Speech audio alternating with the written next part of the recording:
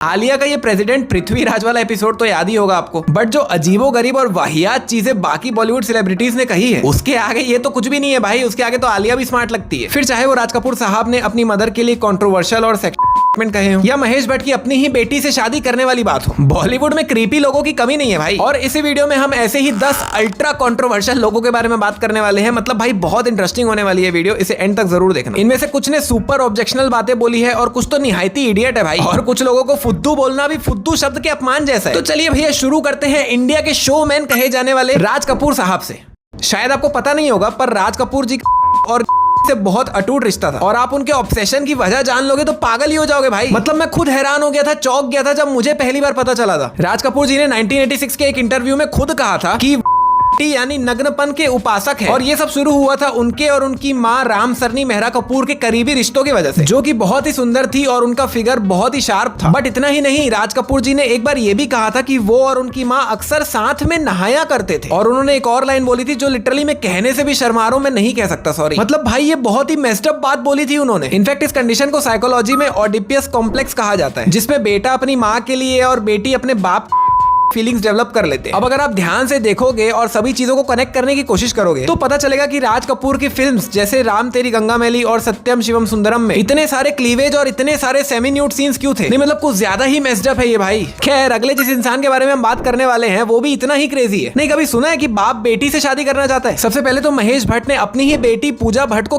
कर लिया था। मतलब कोई गाल पे पप्पी नहीं, फुल ऑन लिप लॉक, मानो गर्लफ्रेंड बॉयफ्रेंड। मतलब भाई इतना कूल तो कोई इंग्लैंड अमेरिका में भी नहीं होता जितने कूल महेश जी हो जाते हैं। बट भाई इससे भी ज्यादा दिल दहलाने वाली बात तो ये थी जब महेश ने कहा था कि अगर पूजा भट्ट उनकी बेटी नहीं होती तो वो उनसे शादी कर लेते। Like what? क्या फूक के आए हो भाई? ऐसी वाहियात बात सोचने और बोलने के पीछे तो एक ही वजह हो सकती है कि महेश भट्ट ने अपनी बेटी पूजा को कहीं ना कहीं बेटी की नजर से देखा ही नहीं है। मतलब उन्होंने कभी तो अपनी बेटी को गलत नजरों से देखा होगा। और भाई देखो 100 बात की एक बात है, बिना आग के धुआं नहीं होता, और बिना इंसेक्टस फीलिंग के बाप और बेटी के बीच में नहीं होता। आगे तो आप खुद ही समझदार हो। खैर ये तो काफी सीरियस था, बट ये अगला स्टेटमेंट निहायती स्टूपिड और इलॉजिकल है। नेक्स्ट हम बात करेंगे गोविंदा जी की, तो पहले आप ये देखो। अवतार टाइटल मैंने ही दिया था, वो बहुत ही सुपरहिट फिल्म हुई थी। नहीं मेरे भी कुछ ऐसे दोस्त हैं जो 2-4 पैक एक्स्ट्रा लगाने के बाद ऐसी ही बहकी बहकी फालतू बातें करते हैं, लेकिन भाई गोविंदा तो होशो आवाज में ये बकवास कर रहे हैं यार। मतलब बंदे के मुताबिक जेम्स कैमरॉन ने इन्हें अवतार में रोल ऑफर किया था और इन्होंने मना कर दिया। भाई जेम्स कैमरॉन वो डायरेक्टर है जिनके साथ काम करने के लिए टॉम क्रूज से लेकर रॉबर्ट डाउनी जूनियर तक सब मरते हैं, जिसमें जो ये गोविंदा बक रहे हैं कि मूवी को बनने में समय लग गया क्योंकि टेक्नोलॉजी ही नहीं थी। फिर कैमरॉन ने खुद से वर्चुअल कैमरा और 3D कैमरा टेक्नोलॉजी को इन्वेंट किया, वो भी अपने पैसों से और अपने रिसोर्सेज से। और तो और गोविंदा के हिसाब से अवतार का लीड कैरेक्टर जेक सली भगवान का अवतार था। बट नहीं भैया ऐसा कुछ नहीं था। बट गोविंदा से क्या ही एक्सपेक्ट कर सकते हो, मतलब बंदा खुद की टांग पे गोलियां मार लेता है। खैर नेक्स्ट हम बात करते हैं मल्लिका शेरावत की। बॉलीवुड के डम्बेस्ट सेलिब्रिटीज में शायद पृथ्वीराज चौहान को प्रेसिडेंट ऑफ इंडिया कहने वाली महिला का नाम प्रथम है, लेकिन शायद उससे भी ज्यादा खतरनाक डमनेस दिखाई थी मल्लिका शेरावत ने जब उन्होंने खुद को प्रेसिडेंट ओबामा से ही कंपेयर कर लिया था। एक इंटरव्यू में मल्लिका ने ये कहा था कि उन्हें लगता है कि प्रेसिडेंट ओबामा और उनकी लाइफ एकदम सेम टू सेम है। इतना ही नहीं, शेरावत जी के हिसाब से जैसे ओबामा ने अपने इंडस्ट्री के रूल्स को अपने काम से बदल डाला, वैसे ही मल्लिका ने बॉलीवुड के रूल्स को भी एकदम ही चेंज कर दिया। खैर इस तरह की बात करने वाले 2 नेपो किड्स भी है।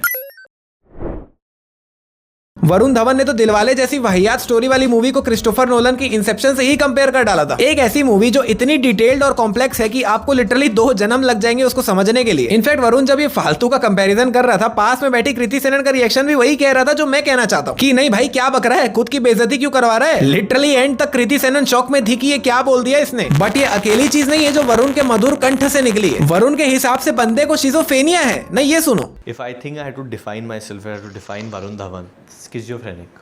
I'm not mad, but भाई शिज़ोफ्रेनिया जैसी खतरनाक मेंटल इलनेस को ऐसे लाइटली नहीं कहना चाहिए। मतलब भाई इतनी खतरनाक कंडीशन है, इसमें आपको लिटरली ऐसी चीजें दिखने लगती जो एग्जिस्ट ही नहीं करती। अजीबोगरीब आवाजें सुनाई देने लगती है, आप वायलेंट हो जाते हो, आप खुद के और दूसरों के लिए खतरनाक बन जाते हो। लेकिन भैया वरुण ने बिना सोचे समझे बस खोल दी अपनी जुबान। खैर लास्ट में बंदा बोलता है कि मैं पागल नहीं हूँ, तो उसे मैं बस इतना ही कहना चाहता हूँ। विवेक ओबरॉय ने आज तक एक ही सुपर विलेन कैरेक्टर प्ले किया है, which is Karl from Krrish 3। लेकिन भैया विवेक ने खुद को कुछ ज्यादा ही सुपर मान लिया है। बंदे ने खुद को डार्क नाइट के हीथ लेजर से कंपेयर करते हुए कहा कि people are saying Vivek Oberoi's role of Karl is like Heath Ledger Joker in the Batman movie. मतलब वो रोल जिसके लिए हेथ लेजर को के बाद भी ऑस्कर मिला। इतनी तगड़ी मेथड एक्टिंग की है तो महीनों तक कैरेक्टर से बाहर नहीं निकले। सेट में जोकर जैसे ही रहते थे, फिर चाहे शूटिंग हो रही हो या नहीं। जोकर के कैरेक्टर को इतना ज्यादा अपना लिया था कि बंदे ने अपने पर्सनल डायरी में लिखा था कि उसे अंधे बच्चे और पेट एनिमल के एक्सीडेंट से खुशी मिलती है। आप कह सकते हो कि हेथ लेजर के टैलेंट और डेडिकेशन ने बंदे को पूरी तरीके से पागल कर दिया था। और विवेक यहाँ पे खुद को इस लेवल की एक्टिंग, इस लेवल की मेहनत से कंपेयर कर रहे हैं। और इतना ही नहीं, विवेक को लगता है काल का लुक और कैरेक्टर जॉनी डेप जैसा है। मैं बता रहा हूँ, विवेक ओबरॉय जो फूक रहा है वो मार्केट में कहीं नहीं मिलता है। खैर, इंडस्ट्री में कुछ इस तरह के लोग भी हैं जो अपने आप को गरीब प्रेजेंट करना चाहते हैं। सिद्धांत चतुर्वेदी का अनन्या पांडे को रिप्लाई तो याद ही होगा आप। And that old struggle. It's like we're almost like blaming them for being born in a family, which is not right. I think everybody has their own struggle. सबका स्ट्रगल अलग होता है। डिफरेंस यही है कि जहाँ हमारे सपने पूरे होते हैं वहाँ इनका स्ट्रगल शुरू होता है। कुछ लोग अपने लग्जरी और कंफर्ट को ही अपना स्ट्रगल मान लेते हैं। और इसके एक मेजर एग्जांपल है रणवीर सिंह, जिन्होंने कहा था कि उनकी फैमिली इतनी गरीब और मिडिल क्लास है कि साल में सिर्फ एक ही फॉरेन ट्रिप कर पाते हैं बेचारे।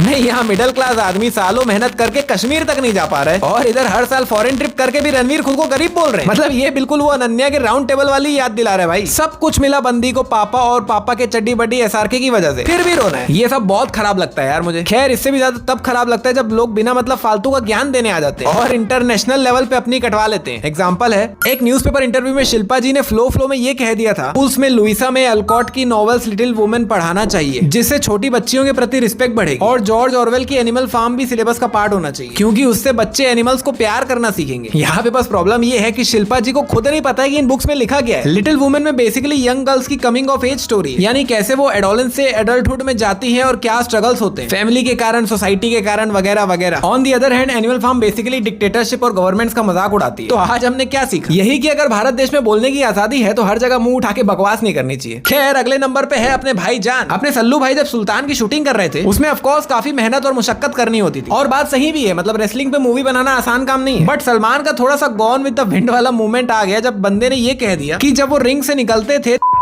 वुमेन वाली फीलिंग आती थी। अब सलमान की कंट्रोवर्सीज वैसे कम नहीं है, लेकिन ये स्टेटमेंट बहुत ही ज्यादा इंसेंसिटिव था। मामला इतना आगे बढ़ गया था कि नेशनल कमीशन फॉर वुमेन ने लेटर तक भेजा कि माफी मांगो वरना हाजिर हो, जिसमें फाइनली सलमान के फादर सलीम खान साहब ने सलमान के बिहाफ पे माफी मांगी और ये भी एक्सेप्ट किया कि उनका बेटा थोड़ा सा है। खैर, फाइनली अपने लिस्ट के आखिर एंट्री है अनु मलिक साहब। अनु मलिक के हिसाब से अब्रॉड में लड़कियों का टेस्ट और स्टैंडर्ड एकदम गिर चुका है, क्योंकि अनु जी ने एक बार काफी कॉन्फिडेंस के साथ ही कह दिया था कि जब वो अब्रॉड जाते हैं लड़कियां एकदम चिपट जाती है उनसे। बट क्योंकि Anu Malik one night stand में इंटरेस्टेड नहीं है, तो वो कुछ करते नहीं है इन सो कॉल्ड डेस्परेट लड़कियों के साथ। बट यार, मैं काफी श्योर हूँ कि अब्रॉड में लड़कियों का क्लास इतना नीचे तो कभी नहीं रहा होगा। तो भैया, इतना ही था इस वीडियो में। खैर, आप ये सोच रहे होंगे कि वीडियो के इंट्रो में मैंने जो आलिया भट्ट के प्रेसिडेंट पृथ्वीराज वाले कमेंट पे बात की थी, उसे तो मैंने कहीं दिखाया ही नहीं। तो भैया, उसका रीजन एकदम सिंपल है कि आलिया ने अपनी मिस्टेक को एक्सेप्ट किया था और AIB के साथ एक स्पूफ वीडियो भी बनाया था, एंड दैट शोज करेज। तो भैया, अगर आपको ये वीडियो पसंद आई तो वीडियो को लाइक करो। अगर आप इसका पार्ट 2 देखना चाहते हो, जिसमें आप और ऐसे ही एक्टर्स की वाहियात बातें सुनना चाहते हो, तो नीचे कमेंट कर दो। सब्सक्राइब कर लो ऐसी ही और वीडियो देखने के लिए, और मिलते हैं एक और कमाल की वीडियो में।